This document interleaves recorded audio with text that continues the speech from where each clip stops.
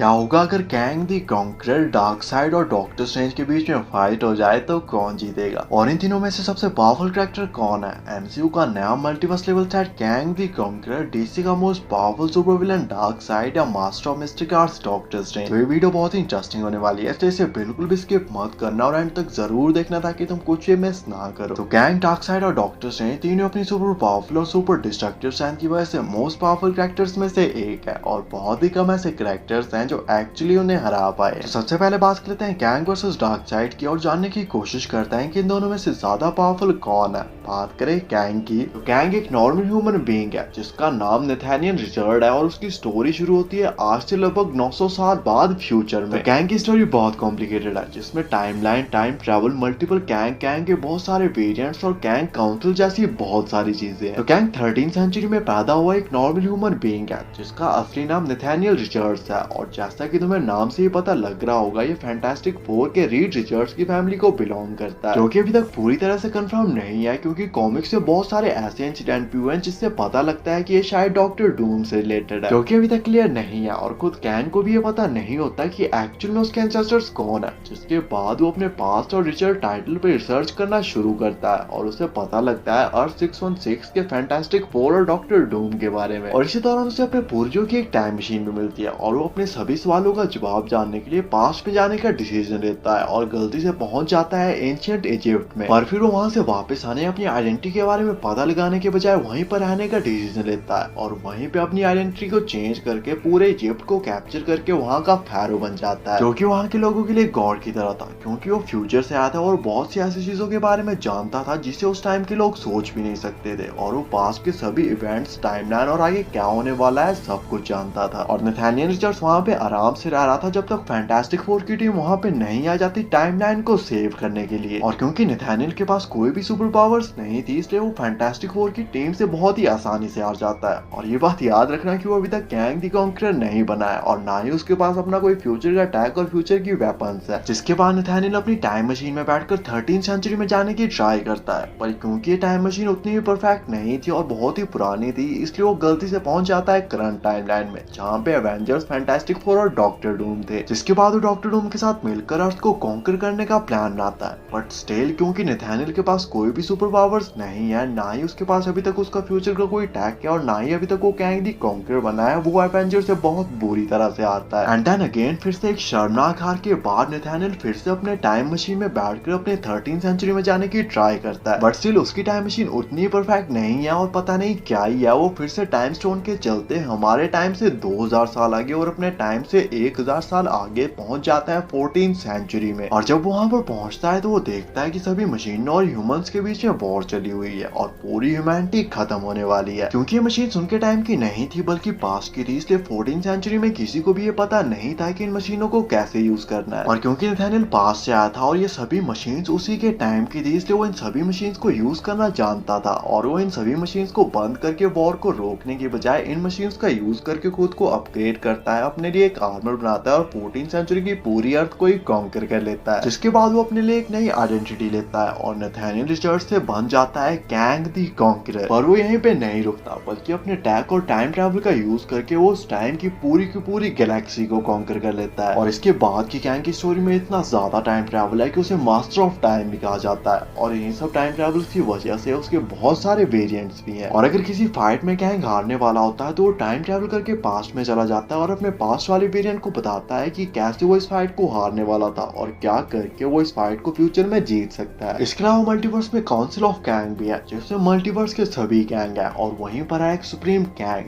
जिसका main motive सभी time के सभी यूनिवर्सेस को कॉन्कर करना है। बात करें कैंग के पावर्स की तो कैंग एक नॉर्मल ह्यूमन बीइंग है जिसके पास कोई भी सुपर पावर नहीं है और वो बस जीनियस लेवल इंटेलिजेंट और हैंड टू हैंड कॉम्बैट का मास्टर है। और कैंग की सबसे बड़ी वेपन और पावर है उसका टाइम ट्रैवल और उसका आर्मर, जो कि उसे Superman strength, speed, stamina, durability और टाइम ट्रैवल जैसी एबिलिटीज देता है। और उसने इमरजेंसी सिचुएशन के लिए अपने कुछ क्लोन्स भी बना के रखे हैं जो कि फिलहाल तो अनकॉन्शियस है, पर मल्टीवर्स के अगर किसी भी सिनेरियो में कैंग मरने वाला होता है तो उसके आर्मर के अंदर की एक डिवाइस उसकी कॉन्शियसनेस को उन क्लोन्स में शिफ्ट कर देती है, जो कि किसी दूसरी टाइमलाइन में सेफ लोकेशन पे होते हैं। और ये एबिलिटी कैंग को ऑलमोस्ट इमॉर्टल बना देती है। तो ये थी कैंग की पावर्स। और कैंग की पावर्स को अच्छे से जान लेने के बाद अब बात कर लेते हैं डार्कसाइड की और जानने की कोशिश करते हैं कि आखिर डार्कसाइड कितना पावरफुल है। बात बात करें डार्कसाइड की, तो डार्कसाइड डीसी का मेन विलन है, वो भी पिछले कई सालों से, जो कि अर्थ को कॉन्कर करना चाहता है क्योंकि अर्थ पर एंटी मैटर है। डार्कसाइड बहुत ही पावरफुल कैरेक्टर है जिसने हजारों प्लैनेट्स के लाखों लोगों को मारकर उन्हें कॉन्कर किया है। बात करें डार्कसाइड की पावर्स की, तो डार्कसाइड के पास सुपरमैन स्ट्रेंथ, स्टैमिना और ड्यूरेबिलिटी जैसी पावर्स है, जो कि जीनस लेवल इंटेलिजेंट है। और डार्कसाइड किसी भी चीज को टेलीकिनेसिस के थ्रू बगैर हाथ लगाए मूव भी कर सकता है। डार्कसाइड मैटर और एनर्जी को कुछ हद तक अपने हिसाब से मैनिपुलेट भी कर सकता है और अपने एक ही अटैक से पूरे के पूरे प्लैनेट्स तक को डिस्ट्रॉय कर सकता है। और डार्कसाइड की सबसे पावरफुल और डेडली वेपन है उसकी आंखों से निकलने वाली ओमेगा बीम्स, जो कि किसी को भी इजीली किल कर सकती हैं, सुपरमैन और बैटमैन को छोड़कर। डार्कसाइड बहुत ही ज्यादा पावरफुल है, पर उसके पास ज्यादा फाइटिंग एक्सपीरियंस नहीं है क्योंकि वो ज्यादातर बार स्ट्रेटजीज बनाता है और किसी और को फाइट करने के लिए भेज देता है। और अगर किसी पर्टिकुलर सिनेरियो में उसे फाइट करनी भी पड़े तो वो सिर्फ मेन कैरेक्टर्स के साथ ही फाइट करता है। और तुम डार्कसाइड की स्ट्रेंथ और टेरर का आइडिया ऐसी बात से लगा सकते हो कि जब वो पिछली बार धरती पर आया था तो गॉड्स, ह्यूमंस और एटलांटियंस को मिलकर उसका सामना करना पड़ा था और तब जाके वो बहुत ही मुश्किल से उसको हरा पाए थे।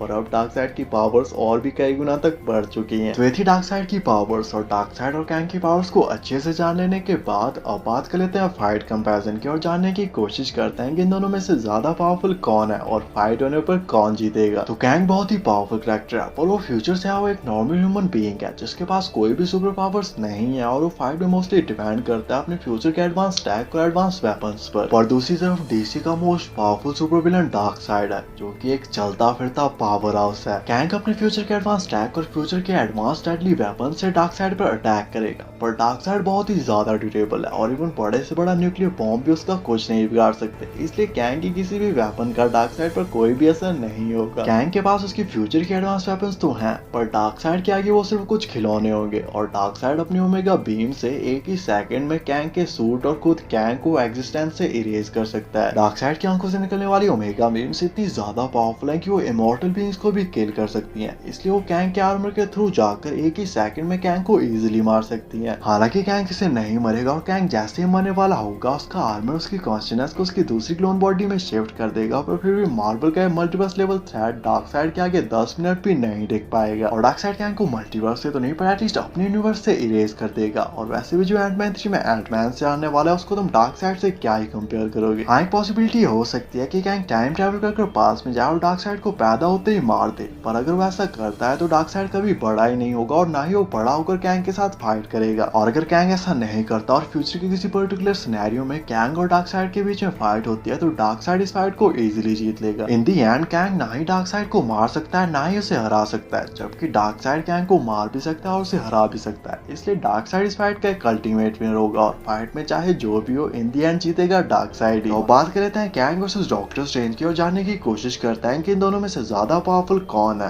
बात करें डॉक्टर स्ट्रेंज की, तो अपना डॉक्टर स्ट्रेंज एक नॉर्मल ह्यूमन बीइंग है जो कि मिस्टिक आर्ट का मास्टर है और वो अपने आसपास की एनर्जी का यूज करके बहुत सारे स्पेल्स को कास्ट कर सकता है और वो इन स्पेल्स का यूज बहुत अटैक एंड डिफेंस पर्पसेस के लिए कर सकता है। डॉक्टर स्ट्रेंज के पास टाइम स्टोन भी है जिससे वो टाइम ट्रैवल कर सकते हैं, टाइम और इवेंट्स को रिवर्स कर सकते हैं, टाइम लूप क्रिएट कर सकते हैं और किसी को भी उसके अंदर फंसा सकते हैं, जैसे डॉक्टर स्ट्रेंज मूवी में उन्होंने डोरमामू को फंसाया था। और फ्यूचर की सभी टाइमलाइन इवेंट्स और पॉसिबिलिटीज को भी देख सकते हैं, जैसा थैनोस के खिलाफ उन्होंने 14 करोड़ पॉसिबिलिटीज को देखा था। इसके अलावा डॉक्टर स्ट्रेंज उड़ सकता है, अर्थ पर कहीं भी पोर्टल ओपन कर सकता है और लोगों को मिरर वर्ल्ड में भेज सकता है जहाँ पर होने वाली किसी भी चीज का रियल वर्ल्ड पर कोई भी इफेक्ट नहीं होता और वहाँ पर हर एक चीज डॉक्टर स्ट्रेंज के कंट्रोल में होती है। और इन सब चीजों के बावजूद डॉक्टर स्ट्रेंज की बॉडी एक नॉर्मल ह्यूमन बीइंग की है, इसलिए अगर ओपोनेंट बहुत ही ज्यादा स्ट्रॉन्ग है उसके पास सुपर स्ट्रेंथ भी है तो डॉक्टर स्ट्रेंज उसके एक अटैक को भी सर्वाइव नहीं कर सकता। डॉक्टर स्ट्रेंज पावरफुल तो है पर उनको अपने स्पेल्स और पावर्स को यूज करने के लिए अपने हाथों को मूव करना पड़ता है, जो कि डॉक्टर स्ट्रेंज की सबसे बड़ी डिसएडवांटेज है, क्योंकि अगर कोई भी डॉक्टर स्ट्रेंज को बेहोश करके नॉर्मल रस्सियों से भी बांध दे जिससे डॉक्टर स्ट्रेंज अपने हाथों को मूव ना कर पाए तो उन रस्सियों से भी नहीं छूट पाएंगे क्योंकि उनके पास कोई भी सुपर स्ट्रेंथ या सुपर पावर नहीं है। पर अगर डॉक्टर स्ट्रेंज के हाथ खुले हैं और वो फाइट करने के लिए तैयार है तो डॉक्टर स्ट्रेंज बहुत ही पावरफुल कैरेक्टर है जो कि इन्फिनिटी स्टोन्स की पावर्स तक को रोक चुका है और थैनोस और डोरमामू जैसे कैरेक्टर्स के साथ भी फाइट कर चुका है। तो ये थी डॉक्टर स्ट्रेंज की पावर्स। और डॉक्टर स्ट्रेंज और कैंग की पावर्स को अच्छे से जान लेने के बाद अब बात कर लेते हैं फाइट कंपैरिजन की और जानने की कोशिश करते हैं कि इन दोनों में से ज्यादा पावरफुल कौन है और फाइट होने पर कौन जीतेगा। तो डॉक्टर स्ट्रेंज बहुत ही पावरफुल कैरेक्टर है जो कि एक नॉर्मल ह्यूमन बीइंग है और वो फाइट में मोस्टली डिपेंड करता है अपने मैजिकल स्पेल्स और मैजिकल पावर्स पर जिनका यूज वो बहुत अटैक एंड डिफेंस पर्पसेस के लिए कर सकता है। जबकि दूसरी तरफ है कैंग द कॉन्करर जो कि डॉक्टर स्ट्रेंज की तरह एक नॉर्मल ह्यूमन बीइंग है, बस उसके पास कोई भी मैजिकल पावर्स नहीं है और वो फाइट में मोस्टली डिपेंड करता है अपने फ्यूचर के एडवांस टैक अटैक और फ्यूचर के एडवांस डेडली वेपन्स पर। कैंग टाइम ट्रैवल कर पास में जाके डॉक्टर स्ट्रेंज को बचपन में ही मार सकता है, और डॉक्टर स्ट्रेंज के पास भी टाइम स्टोन है और वो भी टाइम ट्रैवल करके फ्यूचर में जाके कैंग द कॉन्करर को बचपन में ही मार सकता है, जिससे ये दोनों बगैर फाइट के एक दूसरे को एग्जिस्टेंस से इरेज कर सकते हैं और इन दोनों की फाइट कभी होगी ही नहीं। पर अब बात कर लेते हैं एक पर्टिकुलर सिनेरियो की जिसमें ये दोनों ऐसा नहीं करते और फ्यूचर के किसी पर्टिकुलर सिनेरियो में इन दोनों के बीच में फाइट हो जाती है, वो भी इनकी रॉ पावर्स के साथ। और क्योंकि इस फाइट में टाइम मैनिपुलेशन या टाइम ट्रैवल से रिलेटेड कोई भी एडवांटेज या पावर्स नहीं है, इसलिए कैंग और डॉक्टर स्ट्रेंज में से किसी ने भी इस फाइट की कोई भी पॉसिबिलिटी नहीं देखी है जिससे वो एक पर्टिकुलर पाथ को सिलेक्ट करके अपने विन को कंफर्म कर सके। और इन दोनों में से किसी को भी ये पता नहीं है कि अगले ही सेकंड क्या होने वाला है, और ये एकदम से अचानक ही फाइट करने लग पड़ते हैं। तो कैंग के पास अपना फ्यूचर के एडवांस टैक और फ्यूचर की एडवांस डेडली वेपन्स है, और क्योंकि डॉक्टर स्ट्रेंज की बॉडी एक नॉर्मल ह्यूमन बीइंग की है, उसके पास कोई भी सुपर पावर्स नहीं है, इसलिए कैंग का एक ही अटैक डॉक्टर स्ट्रेंज को इजीली मार सकता है। और डॉक्टर स्ट्रेंज के पास भी बहुत सारे मैजिकल स्पेल्स हैं जिनका यूज वो both attack and defence purposes के लिए कर सकते हैं। और क्योंकि कैंग भी फ्यूचर से आया हुआ एक नॉर्मल ह्यूमन बीइंग है, इसलिए डॉक्टर स्ट्रेंज के स्पेल्स भी कैंग को इजीली मार सकते हैं, और डॉक्टर स्ट्रेंज का कोई भी रैंडम अटैक कैंग के लिए डेडली साबित हो सकता है। कैंग अपनी फ्यूचर के एडवांस वेपन से डॉक्टर स्ट्रेंज पर अटैक करेगा, पर डॉक्टर स्ट्रेंज अपने स्पेल्स का यूज करके इन्फिनिटी स्टोन्स की पावर्स तक को रोक चुका है, इसलिए वो कैंग के इन अटैक्स को इजीली रोक लेगा। कैंग का आर्मर बहुत ही ज्यादा ड्यूरेबल है जो कि बड़े से बड़े अटैक को भी सर्वाइव कर सकता है, लेकिन डॉक्टर स्ट्रेंज के पास मैजिकल पावर्स हैं, और जहाँ पे बात मैजिक की आती है वहाँ पर कुछ भी कह पाना बहुत मुश्किल हो जाता है, क्योंकि आर्मर की ड्यूरेबिलिटी बताती है कि वो कितने स्ट्रॉन्ग अटैक को सर्वाइव कर सकता है, लेकिन जहाँ पे बात मैजिकल अटैक की आती है कुछ भी बोल पाना बहुत मुश्किल हो जाता है। डॉक्टर स्ट्रेंज अगर चाहे तो कैंग द कॉन्करर को इनफाइनाइट टाइम लूप में भी फंसा सकता है, जैसे उसने थॉर रैग्नारॉक में लोकी को फंसाया था और वो आधे घंटे से लगातार गिर रहा था। इसके अलावा डॉक्टर स्ट्रेंज कैंग को मिरर वर्ल्ड में भी डाल सकते हैं, जहाँ पर होने वाली किसी भी चीज का रियल वर्ल्ड पर कोई भी इफेक्ट नहीं होता, और वहाँ पर हर एक चीज डॉक्टर स्ट्रेंज के कंट्रोल में होती है, इसलिए मिरर वर्ल्ड में डॉक्टर स्ट्रेंज जब चाहे जो चाहे और जहाँ चाहे वहाँ पर वही होता है। और मिरर वर्ल्ड में किसी के लिए भी डॉक्टर स्ट्रेंज को हरा पाना ऑलमोस्ट इम्पॉसिबल है, चाहे वो कितना ही पावरफुल क्यों ना हो। और इवन कॉमिक्स में भी कई बार डॉक्टर स्ट्रेंज और कैंग के बीच में फाइट हो चुकी है जो कि थोड़ी लंबी चली है, दोनों को अपनी फुल स्ट्रेंथ का भी यूज करना पड़ा है, बट एट द एंड इस फाइट का विनर डॉक्टर स्ट्रेंज ही रहा है। At the end of the day Kang powerful तो बहुत है और उसके पास फ्यूचर की बहुत सारे एडवांस टैक और एडवांस वेपन्स भी है, पर मैजिक के आगे उसका ये टैक उसके किसी काम नहीं आएगा, और डॉक्टर स्ट्रेंज इस फाइट का एक अल्टीमेट विनर होगा, और फाइट में चाहे जो भी हो इन द एंड जीतेगा डॉक्टर स्ट्रेंज। बाकी आपके हिसाब से इस फाइट की और क्या पॉसिबिलिटीज हो सकती हैं और नेक्स्ट वीडियो किस टॉपिक पे बनानी चाहिए, कमेंट करके जरूर बताना। ऐसी अमेजिंग वीडियोस के लिए चैनल को सब्सक्राइब कर देना, एंड थैंक्स फॉर वॉचिंग।